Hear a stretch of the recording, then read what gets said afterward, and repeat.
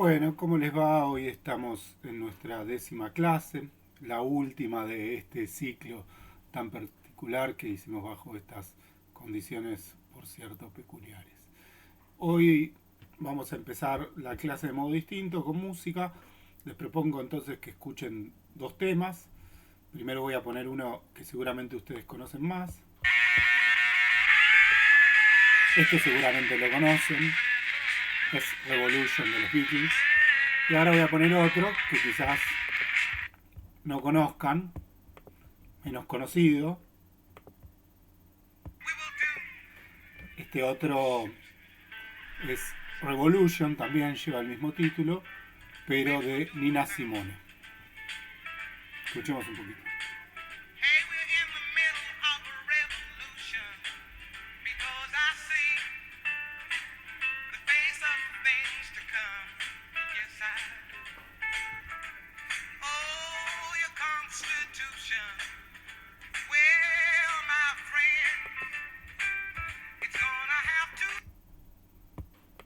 Bueno, lo corté no porque no me guste, pero si escuchamos los dos temas vamos a estar muchos minutos.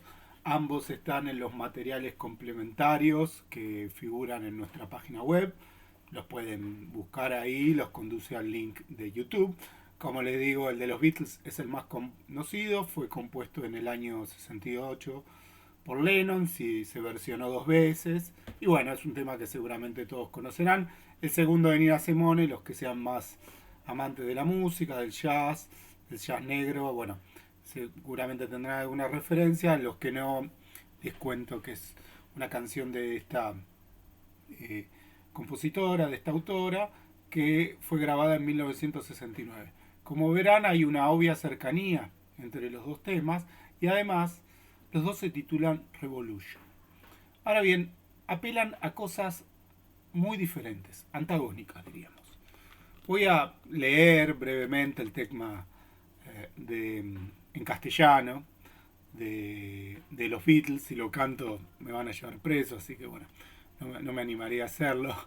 El tema, básicamente, para seguir cuál es el argumento de la letra, dice que quieres una revolución, vaya tú sabes, todos queremos cambiar el mundo, me dices que es evolución, vaya tú sabes, todos queremos cambiar el mundo, bueno, en fin.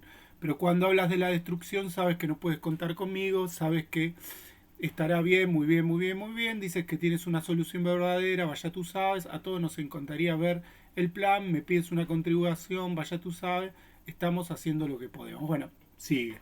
Pueden buscar también la traducción rápidamente en Google, les aparece y en inglés lo pueden escuchar también, que no es tan complejo. Y en relación al tema de Nina Simone, también tengo acá la traducción y van a ver por qué la disparidad, ¿no?, de argumentos, de ideas.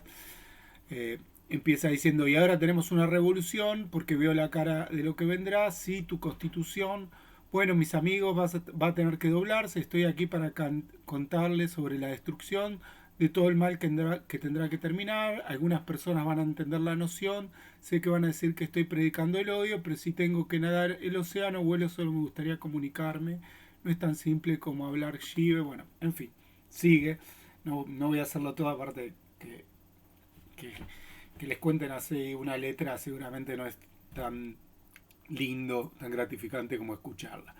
Como verán, hay una disparidad absoluta. Mientras el tema de Lennon de los Beatles habla de Revolution, en realidad el título resulta un tanto engañoso porque precisamente no es una revolución lo que está enalteciendo, o no por lo menos como él consideraba que esa revolución estaba en marcha en los movimientos del 68, que es el trasfondo de, por supuesto, ambos temas. En cambio, el tema de Nina Simone se para desde ese lugar y apela a la destrucción de un orden que, bueno, considera injusto. Lennon podría considerarlo así también, pero el modo que esto se llevaba adelante no era para él el adecuado. Quería resaltar su pacifismo en el tema. Bueno, como verán, son dos versiones distintas de algo que disparó un mismo fenómeno, que es el fenómeno de 1968. 1968 es un fenómeno a nivel mundial y se da, por supuesto, en el marco de lo que vimos en el encuentro pasado, que es la Guerra Fría. Como ustedes habrán visto en el texto de Gaddis, la cuestión de 1968 agarró a todos los gobernantes, ya sea del bloque capitalista con o del bloque capitalistas mal parados frente al asunto y tuvieron que recular en su política exterior para ocuparse de esta cuestión interna que había sacudido la arena política muy considerablemente. Precisamente la cuestión del 68 es algo que cobra importancia a nivel global y esto también le otorga su distinción frente a otros acontecimientos que a veces son más bien locales, regionales o continentales. 1968 recorre todos los continentes. En todos los continentes ustedes van a encontrar circunstancias peculiares en el 68, donde los estudiantes, los universitarios, ocupan el centro de la escena política, interpelando de distintos modos al poder político. Digo, ustedes pueden encontrar fenómenos del 68 en Alemania, en Japón, en Estados Unidos, pero no solo en los países centrales. También lo pueden encontrar en América Latina, fue muy resonante lo que ocurrió en Brasil, en Río de Janeiro, en Montevideo, en México, donde derivó en la masacre de Tlatelolcos el 2 de octubre, cerca de los Juegos Olímpicos. En China también hubo acontecimientos ligados al ascenso de la juventud de la mano de Mao. En Praga, donde tuvo que intervenir la Unión Soviética para poner orden y restabilizar la situación política. También menos conocidos en África, hay acontecimientos en Sudáfrica, en Egipto, en Senegal, poco conocido pero muy significativo. Al día de hoy, en ese momento resonó bastante el asunto. También pueden encontrar en Australia movimientos, quizás no de un tenor tan grave, pero bueno, considerables para la sociedad de esa época. En fin, uno puede encontrar a lo largo del plano y estas referencias al 68 aparecen no solo en la música, sino que también las pueden encontrar en la literatura. Recuerdo una novela que leí de Murakami donde, bueno, el personaje transcurría el año 68 y mostraba lo que había sido en Japón, donde fue verdaderamente importante el asunto. Ahora bien, este asunto, por supuesto, una vez cobró importancia, los movimientos estudiantiles entre mediados de 1960, que empezaron a crecer, hasta principios de 1970, estuvieron en alza y después empezaron a decaer. Entre fines de los años 60 y principios de los 70 fue su ciclo más álgido a nivel mundial y de ahí en más empiezan, como les digo, a decaer y instalan una nueva situación que por lo menos dura algunos años entre la Unión Soviética y los Estados Unidos, que es una distensión en las relaciones que después, bueno, en los mediados de los 70, como ustedes saben, con el texto de Hobsbawm, con un nuevo ciclo de revoluciones, empieza una nueva etapa álgida, porque, bueno, el marco de la Guerra Fría, como sabemos, que abarcaba estos acontecimientos, dura 40 años y tiene diferentes vaivenes, ¿no? De sub y bajas, donde la tensión entre estas potencias crece y decrece. En particular, nos queríamos ocupar hoy de un caso del 68, el que constituye seguramente su símbolo al día de hoy, que es el de el Mayo francés. Si alguien conoce los acontecimientos del 68, es probable que le venga a la cabeza el acontecimiento que él vivió, si lo vivió y lo experimentó, pero si no, por lo menos el del Mayo francés, porque es el más resonante, es el que más publicidad ha recibido. Por supuesto que podemos discutir si es el más relevante, el más importante, tendríamos que observar con qué parámetros lo vemos, pero bueno, a sabiendas que el Mayo francés ocurrió en una potencia del centro capitalista, es un acontecimiento importante.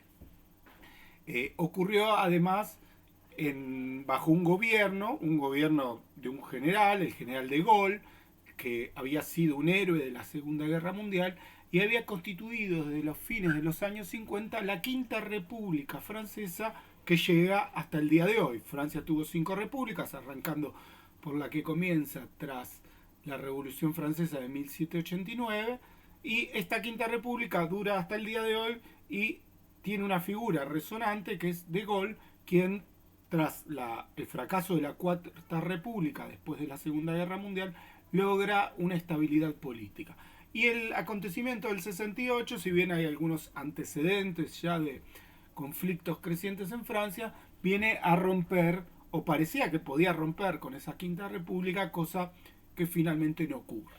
El mes caliente es, como les decía, el mayo del 68, que va atravesando diferentes etapas y en un momento llega a tener, bueno, un momento de barricadas muy sobresaliente a mediados del 68, ¿sí? Donde París aparece sitiada con conflictos por todos lados y donde en un momento hay una unidad obrera estudiantil, aunque esta unidad rápidamente se corta porque, bueno, la dirección del movimiento obrero francés no observaba lo mismo que muchos grupos estudiantiles que depositaban ahí una promesa revolucionaria que el Partido Comunista que dirigía esa CGT no observaba tal cual. Entonces esa unidad se va a romper con los llamados acuerdos de Grenelle en el Ministerio de Trabajo, donde los obreros consiguen algunas conquistas y no obstante va a ser muy importante porque llegó a producirse fácticamente en las calles en esas circunstancias.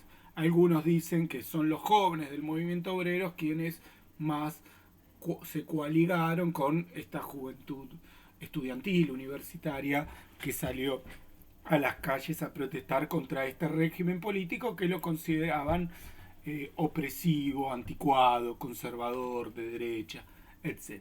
Después de este acontecimiento, en junio empieza a bajar ya el movimiento, incluso el movimiento universitario, y va decantando hacia abajo. Hay unas elecciones donde De Gaulle logra, al contrario de lo que algunos pronósticos creían al principio, afirmarse en el poder, y después De Gaulle quiere relanzar su política haciendo una transformación, ¿sí?, de la constitución política de Francia, cosa que no consigue un aval electoral, un nuevo aval electoral, y De Gaulle termina marchándose, pero la república, el armado institucional que supuso la Quinta República, no se viene abajo, sino que, como les decía, perdura hasta nuestro día. Bueno, sobre este acontecimiento, Francia, nosotros tenemos un texto que es el de Alain Touraine, que es la sociedad postindustrial. Dentro de ese texto, la sociedad postindustrial, el capítulo dedicado a movimientos estudiantiles, que es el segundo capítulo, es concretamente el que vemos hoy. Es un texto de 1969. Los que quieran ver su prólogo, que también se consigue en internet, van a ver que el prólogo está firmado en marzo de 1969 y tiene como antecedente un libro que escribió Touraine al calor del acontecimiento del 68 en Francia, que se llama El movimiento estudiantil, el movimiento de mayo o el comunismo utópico, ¿no? Bastante claro en su apreciación. Bueno, es un libro, por cierto, más extenso, de 200 páginas, y en este artículo de este libro del 69, que saca el año siguiente, de algún modo hace una síntesis muy lograda, muy teórica, y es probablemente el texto que más se conoce, aunque bueno, el otro también suele ser un texto renombrado. ¿Quién es Touraine? Bueno, a diferencia de lo que veníamos viendo, es un sociólogo. Digo, venimos viendo en general autores que son historiadores. Y Touraine es un sociólogo. Y no es cualquier sociólogo, es un sociólogo muy importante hasta el día de hoy. Su nombre y su obra, que bueno, siguió por supuesto progresado, ha impactado considerablemente. Por ejemplo, en la llamada teoría de los movimientos sociales suele ser uno de los antecedentes fuertes, por supuesto, más aún en el énfasis en la teoría de los movimientos sociales europea, francesa, pero es un nombre muy importante porque es alguien que comienza a hablar con fuerza de los nuevos movimientos sociales.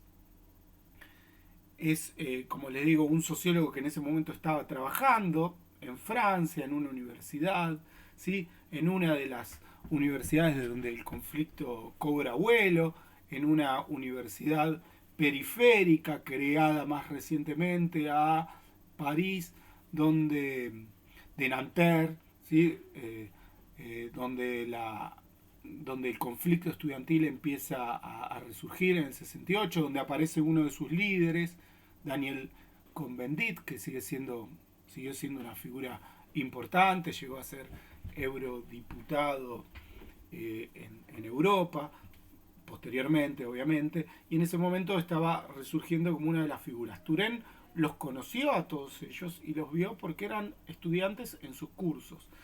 De hecho, Turén es una persona que tenía cierta afinidad con el movimiento, ¿sí? Lo respaldaba, aunque, como señalan algunos textos, el del propio Seidman, que ustedes tienen para leer en los prácticos, bueno, a lo largo de su libro muestra que esa afinidad, no obstante, no implicaba que no hubiera choques, sino que eh, incluso los sectores más radicalizados chocaban con Turén, como con otros profesores, con otros muchos más por su carácter conservador, pero incluso reclamándole posiciones todavía más radicales.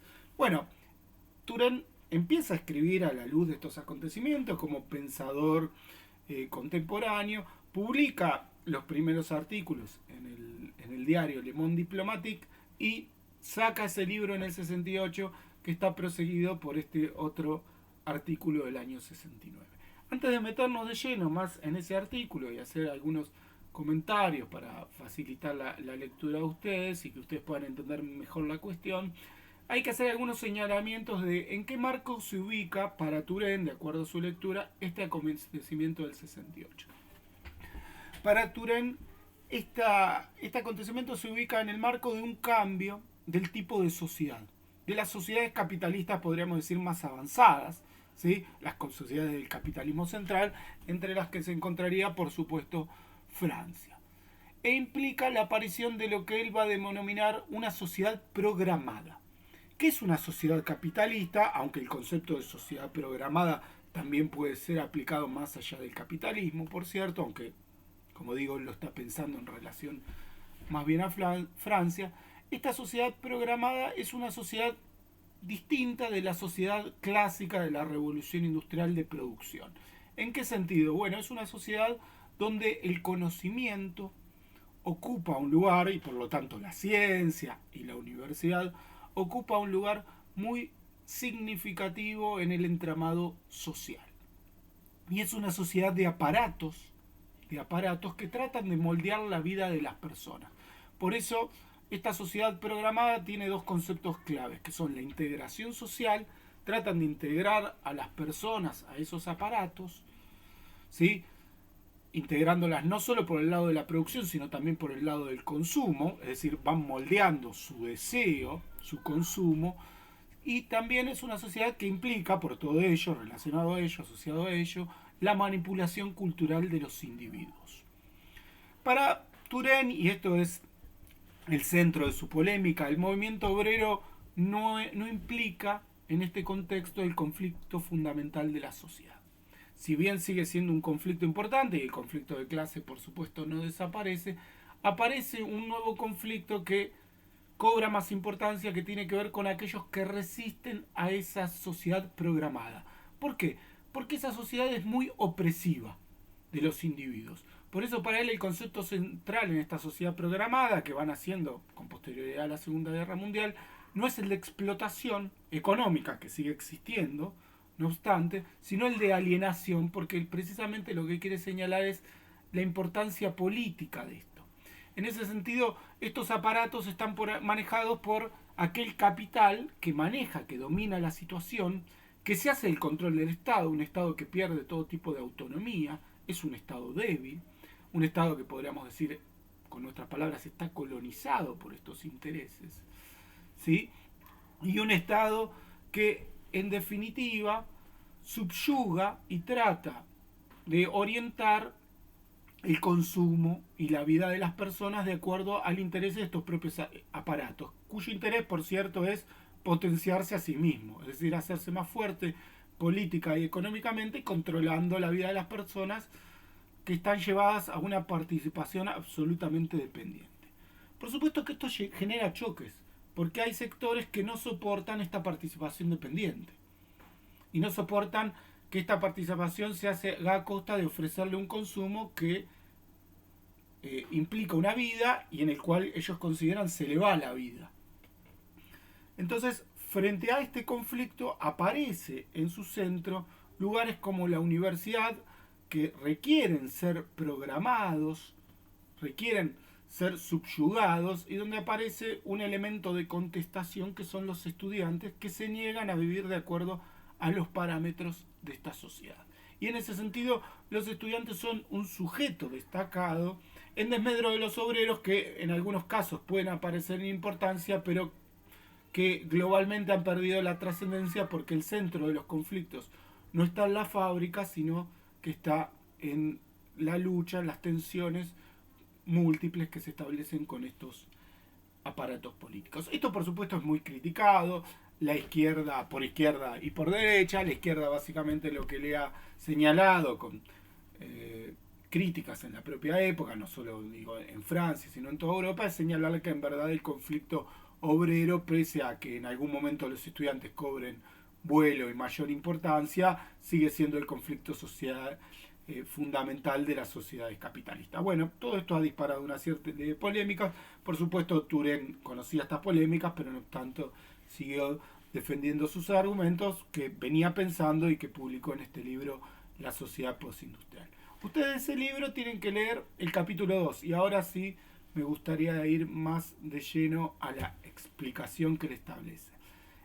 Como les decía, para él entonces el movimiento del 68 es un movimiento fundamental y es un movimiento revolucionario. Y él trata de observar sobre todo el movimiento francés y después a partir del movimiento francés, como verán en el texto, establecer una comparación internacional donde tome otros casos y a la luz de esos otros casos, sobre todo, esa es su intención, poder entender mejor aún el movimiento francés y ofrecer algunas perspectivas conceptuales para entender lo que ha pasado a lo largo del mundo en ese año. Para el autor hay dos cosas que son claves para entender el movimiento francés. La primera es la crisis universitaria. Es decir, la universidad es un aparato, ¿sí? Es una institución que ha quedado vetusta. Pese a que la sociedad programada quiere avanzar sobre esas instituciones, eso en Francia implica tensiones, implica contradicciones, e implica superposiciones de un orden más a la vieja usanza conservador y un orden de sociedad programada, todo lo cual lo hace que esa universidad sea una universidad que está en crisis. Esa sumatoria de lo nuevo que no termina de nacer y lo viejo que no termina de morir implica una universidad que atraviesa una crisis considerable, que es, por cierto, lo que han visto otros intelectuales y con lo que Turén coincide. Otros intelectuales importantes que a la luz de estos acontecimientos observaron la ruptura que implicó el movimiento del 68. Ahora bien, lo que el autor también va a señalar es que estas contradicciones son sociales y no son solamente universitarias. ¿Por qué? Porque el desafío no es solamente universitario del movimiento francés, sino que más bien las reivindicaciones puramente universitarias son las que inician un movimiento, pero en el caso de Francia rápidamente se pierden o pasan a un segundo plano en pos de asumir en el centro las reivindicaciones políticas que tienen que ver con una crítica de lleno, cara a cara, al régimen político gaullista, al régimen político dominado por De Gaulle. Entonces, el autor en ese sentido rescata otra perspectiva, que es que además de la crisis universitaria existe una rigidez universitaria. ¿Sí? La rigidez estaría dada por el tipo de autoridad que tiene la universidad, ¿sí? Que es una autoridad poco proclive a escuchar a los estudiantes, poco proclive a entender sus pedidos. Bueno, con estos habría que hacer diferenciaciones. Como verán, el texto de Seidman no comparte esta perspectiva. Para el texto de Seidman, la perspectiva de Turén y de muchos intelectuales que una ruptura no es así. Para la perspectiva de Seidman, el cambio se fue dando más paulatinamente a lo largo de los años 60. El 68, por cierto, fue un hito, pero no implicó un quiebre absoluto, sino que fue parte de un cambio más progresivo, más paulatino, que se fue dando a lo largo de los años 60. Para Turén, por el contrario, estas dos condiciones, la rigidez institucional y la crisis universitaria, muestran el nacimiento de un movimiento. Ahora, su carácter revolucionario está dando por otro condimento que explica el fenómeno, que tiene que ver con la concentración del poder en Francia. Frente a esa concentración del poder, Francia es un régimen muy centralista, a diferencia, por ejemplo, del régimen italiano, donde el poder está más regionalizado. Francia es un país muy centralizado, donde la política se juega mucho en París y en lo que pasa en las altas esferas del Estado, hasta llegar a la cumbre, que tiene, como decíamos, la figura tan importante de Gaulle, Charles de Gaulle, en su centro. Entonces, para Turén, estos tres elementos, la crisis universitaria, la rigidez institucional y la concentración del poder del Estado en una figura fuerte, también a la vieja usanza, más bien conservadora, contribuyen a la aparición de este movimiento. En el marco de una sociedad programada que va existiendo, va cobrando fuerza, pero que no termina de moldearse del todo, porque está precedida por una sociedad conservadora y ambas cuestiones a los estudiantes terminan asfixiándolo. Entonces el autor se pregunta, bueno, ¿quién es el sujeto sobre todo de este movimiento? Y encuentra que el sujeto de este movimiento está en las facultades de letras, cosa que no sería rebatido por nadie, porque efectivamente los estudiantes de la facultad de letras, fundamentalmente los estudiantes de sociología, Cohn-Bendit en Nanterre era un estudiante de sociología, un joven estudiante de sociología, y otras carreras como filosofía o arquitectura son aquellos que ocupan el centro. Ahora bien, no son las carreras de la sociedad programada, sino son más bien las carreras de la sociedad a la vieja usanza, que también pueden recibir estudiantes de los sectores altos que van quedando desplazando en esta nueva sociedad, que tratan de reproducirse, mantener su nivel de vida en este tipo de carreras, pero bueno, que también son las carreras que más piensan lo social y que más contestatarias resultan a la luz de esta nueva sociedad. Entonces, esas sociedades son sociedades, esas facultades, digo, disculpen, son facultades donde está el sujeto sobresaliente de este acontecimiento del año 68. ¿Sí? Como verán, el texto de Turén, bueno, de un modo bastante insidioso, dice, bueno, cuando el acontecimiento estuvo en lo alto, en el mes de mayo, los que estuvieron a la cabeza de este acontecimiento fueron sociólogos, estudiantes de sociología. Cuando la espuma del movimiento empezó a decrecer, aparecen los filósofos dirigiéndolos, quien pueden tener muy buenas ideas, darle cierta continuidad al movimiento, pero que en el terreno de la praxis, de la acción directa, bueno, el movimiento ya va perdiendo importancia. Y por supuesto él piensa, bueno, ¿qué pasa después de junio? El movimiento va a desaparecer. Lo cierto es que en Francia el movimiento se fue diluyendo rápidamente, a diferencia de otros lugares donde el movimiento, como puede ser el caso de Argentina, tuvo más importancia a lo largo del tiempo, aunque su acción política haya decaído. Pensemos que en Argentina era la época del Cordobazo, Rosariazo, todos los movimientos contra la dictadura de Onganía, Levingston, Lanusse, contra la Revolución Argentina. Bueno, en el caso de Francia esto no es así, pero por supuesto, Turén corta en el año 69 y Turén cree que el movimiento no va a ir desapareciendo, sino que se va a ir haciendo menos orgánico. Bueno, eso podría discutirse. Seidman tiene la ventaja, por supuesto, de haber escrito muchísimo después y haber visto lo que pasó para, como se diría en política, bajarle el precio al acontecimiento, es decir, no sobreestimarlo como hacían muchos de estos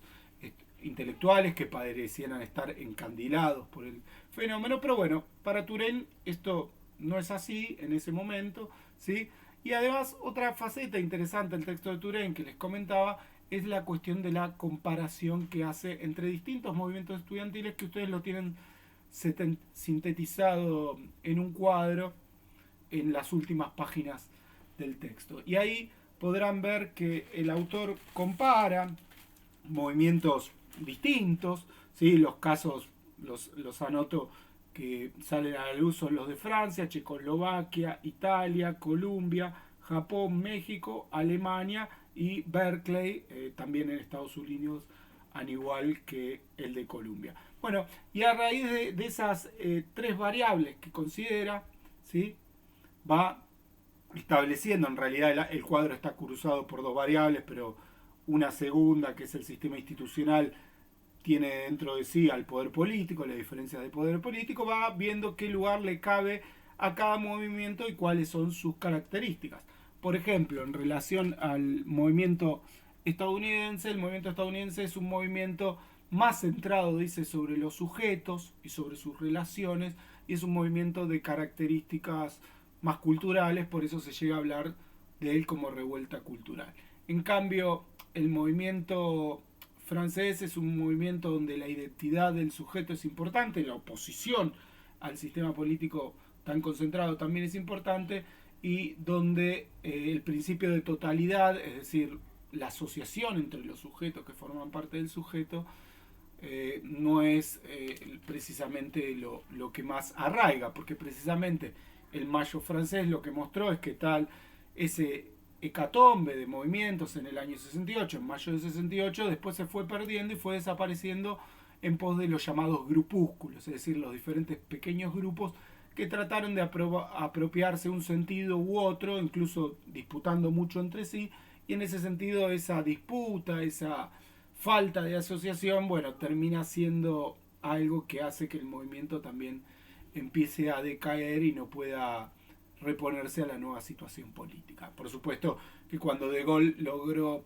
después de mayo, ser revalidado al principio en las urnas, esto fue un gran golpe al movimiento porque legitimó una situación que después, bueno, De Gaulle se terminó yendo del poder, pero que en principio lo consolidó. La historia tiene estos vaivenes para muchos sujetos y estos también tragos amargos. Bueno, digo, es interesante ahí la comparación internacional porque permite pensar el acontecimiento francés a la luz de otros acontecimientos. Recién decíamos el caso italiano, pero también el caso estadounidense, pero también podríamos pensarlo con el caso italiano. En el caso italiano, a diferencia de Francia, el movimiento dura más tiempo, pero no tiene solo al movimiento estudiantil en su seno, sino que tiene también al movimiento obrero. Y esto tiene que ver con la constitución de Italia. Italia era un país más regionalizado, donde el acontecimiento más fuerte que ocurre en el 69, no obstante, tiene antecedentes importantes en el año 68 y va a poder perdurar a posteriori. Y por cierto, buena parte de los movimientos revolucionarios que en Italia son tan encendidos, mucho más revulsivos, mucho más radicalizados, y que implican la aparición incluso de formaciones político-militares, ¿sí? Tiene en Italia una de sus importancias. Ahora bien, ahí en Italia la unidad entre el movimiento obrero y el movimiento estudiantil no es tan importante como en Francia. ¿Por qué? Bueno, para Turén tiene que ver con el carácter centralista. El centralismo de Francia favoreció que en las calles, sobre todo de París, en mayo del año 68, los obreros y los estudiantes, aunque no por mucho tiempo, pero sí se encontraran, haciendo preocupar tanto al poder político que, bueno, tuvo que concederle cosas a los estudiantes y tuvo que concederle cosas a los obreros, a un aumento de salario, para poder aquietar las aguas. En cambio, en Italia, estas transformaciones del capitalismo no implicaron una unidad tan significativa en una circunstancia, aunque a lo largo de unos años sí se encontraron momentos de esta unidad y la universidad terminó funcionando como un verdadero semillero de la acción revolucionaria. Bueno, también está el caso de Praga, ¿sí? Fíjense que se sale del bloque capitalista. También está el caso de México, fíjense que no solo estamos hablando de los países centrales, como decíamos antes, sino que el 68 es un acontecimiento global. En este sentido, creo que el texto de Turén, un texto claramente escrito por un sociólogo, procesado en una clave muy conceptual de los acontecimientos, el texto de Seidman también trata de rebatir los conceptos, el centro de algunos de esos conceptos de intelectuales como Turén y otros, pero no obstante es la pluma de un historiador, se nota que en el texto de Turén, por el contrario, es la prosa de un sociólogo que está haciendo un análisis de tipo conceptual. Digo, estos acontecimientos de algún modo permiten que uno pueda entender mejor este momento tan importante en el marco de la Guerra Fría, que sacudió tanto a los estados nacionales, que los puso tanto sobre la cuerda. Bueno, después podremos ver hasta dónde en cada caso, ¿sí? Pero que efectivamente implicó un levantamiento, ¿sí?, de una perspectiva, dirá Turén defendiendo su idea, que fue revolucionaria. Efectivamente fue revolucionaria porque el movimiento de Francia fue un movimiento social que trató de transformar ese cambio social que a muchas personas les resultaba tan opresivo, trató de transformarlo a su favor, ¿sí? Y cambiando algunas cuestiones. Bueno, para Seidman, en cierta medida, lo que consiguió fue una transformación cultural, este acontecimiento, ¿sí?, como parte de un periodo que es considerable hasta el día de hoy. En eso sí estaría de acuerdo con la perspectiva de Turén, aunque Turén en ese momento, escribiendo sobre los acontecimientos, pensaba que había una revolución social en marcha, tanto en Francia como en otros acontecimientos donde los movimientos del 68 se destacaron. Bueno, espero que haya sido de utilidad de ustedes. Espero también que estas clases grabadas de este modo tan particular, que por supuesto hubiéramos preferido que se hicieran cara a cara en el aula. En marzo estábamos reunidos con la cátedra pensando un nuevo programa. Y bueno, pasó esto y tuvimos que reestructurar todo el programa ya a partir del mes de abril, volver sobre las unidades nuevas que vamos a dar, poner textos que habíamos dejado de dar o que estábamos por dejar de dar también, y bueno, armar un programa distinto, y nos obligó por supuesto a aprender todos estos mecanismos, hacer estos videos, cosas que no estamos acostumbrados, nunca habíamos hecho prácticamente ninguno de los integrantes de la cátedra. Pero bueno, esperemos que haya servido de utilidad. En relación al examen, ya saben, tienen las notas, habrán hablado lo suficiente con sus profesores prácticos, pero por supuesto es intención de los que llegaron hasta acá, los que seguramente están viendo este video, vieron todos los anteriores, tanto de teóricos como de prácticos, y entonces es nuestra intención que ustedes, sea cuando sea, cosa que no sabemos hasta hoy, cuando va a ser, se presenten a ese examen, y seguramente si siguieron, ¿sí?, todo lo que les proponíamos en esa inicial guía de cómo cursar esta materia, si fueron siguiendo las clases sincrónicas, los teóricos, la guía de lectura, leyeron los materiales complementarios, vieron estos videos y por supuesto mantuvieron la lectura a lo largo de este proceso, van a estar en buenas condiciones para atravesar felizmente este proceso educativo singular y nuevo, no solo para ustedes, sino para todos nosotros. Bueno, me despido, voy a poner un poco más el tema de Nina Simone. Es el que a mí más me gusta, es el que tiene el concepto de revolución que me resulta más simpático. Si quieren contratar un DJ, ya saben, acá estoy. Así que bueno, los esperamos y esperamos que haya sido de su agrado todo lo que hemos hecho, el esfuerzo que hemos hecho. Por supuesto también valoramos, hablo no solo por mí, sino por toda la cátedra, el esfuerzo que hicieron ustedes como estudiantes llegando hasta acá. Así que bueno, nos despedimos con fuegos de artificios, con muchos saludos y con ganas de volver a vernos en los pasillos y por supuesto de verlos en el examen y que terminen felizmente este proceso. ¡Chao!